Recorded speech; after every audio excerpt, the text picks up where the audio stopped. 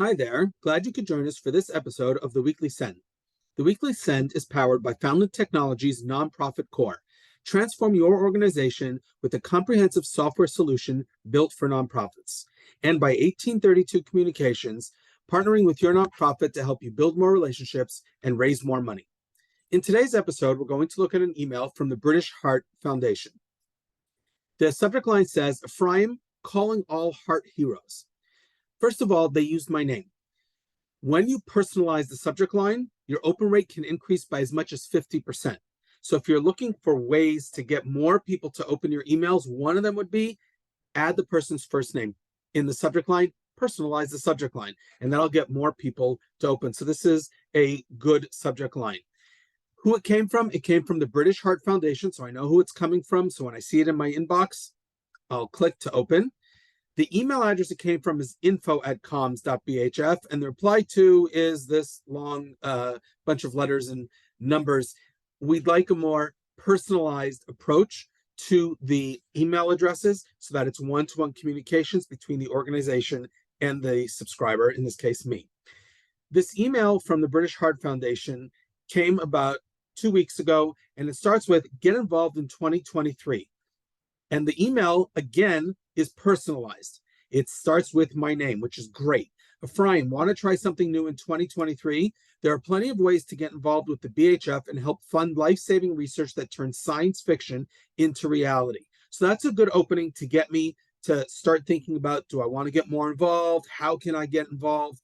They have this link here, how you can help, but then they give you ways to help. And they have a couple here that they list. There's 3. One is great picture, take part in events. Number 2, could you save a life? Learn CPR. That's something maybe that I want to do, and therefore I'm going to click and go there.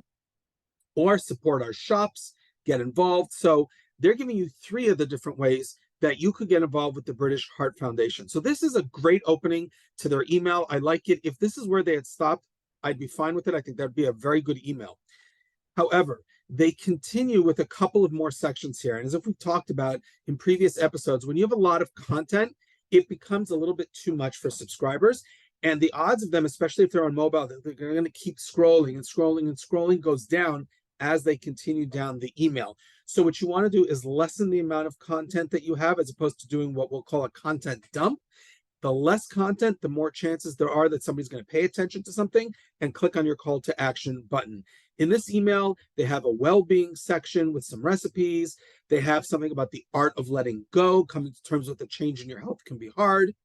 They have news and events about their upcoming events, news, what's going on with the British Heart Foundation. So there's a lot going on in this email. One thing I definitely love about this email is the footer right here. I love the social media icons, the way they spaced it out. It's colorful, it stands out. It's another way for your subscribers to connect with your organization. On mobile, you can see that this part here, the how you can help, is definitely spaced out well. I think that it would be a good idea to have the font size here larger, so it's easier for people to read, but these images certainly stand out. These call to action buttons, they're their brand color red.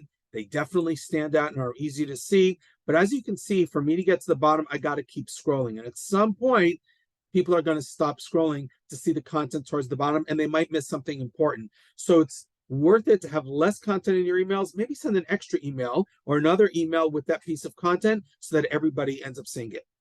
I clicked on the How You Can Help page, and this is something that will help you with your fundraising. Your organization should have a diversified portfolio of fundraising opportunities for every donor and supporter. You want to have lots of different ways that they can give. And what you want to do is on your website, have one page where you kind of organize everything onto one page and then send people off in different directions. And that the British Heart Foundation has done. I love this picture right here at the top. It's awesome, and it definitely gets me looking and wanting to know more. So how you can help. If I scroll down, they have a support our campaigns, fundraise, donate, take part in an event. And you notice that with each one, there's an image that goes with it. So it's not just long content, but there's something to break it up. Leave a gift in your will. Planned giving is here. You can volunteer. You can help shape their work by joining their network. You can learn how to save a life. And down here, you can also become a corporate partner.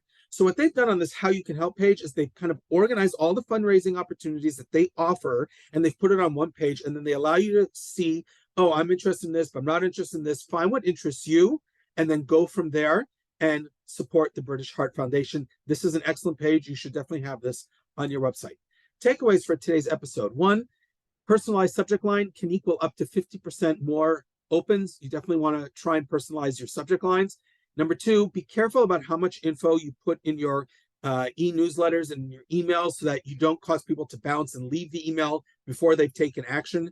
And number 3, it's good practice. Gather all your fundraising options on one page of your website, have it all in one place so that all your donors know the different ways that they can help out and give to your organization.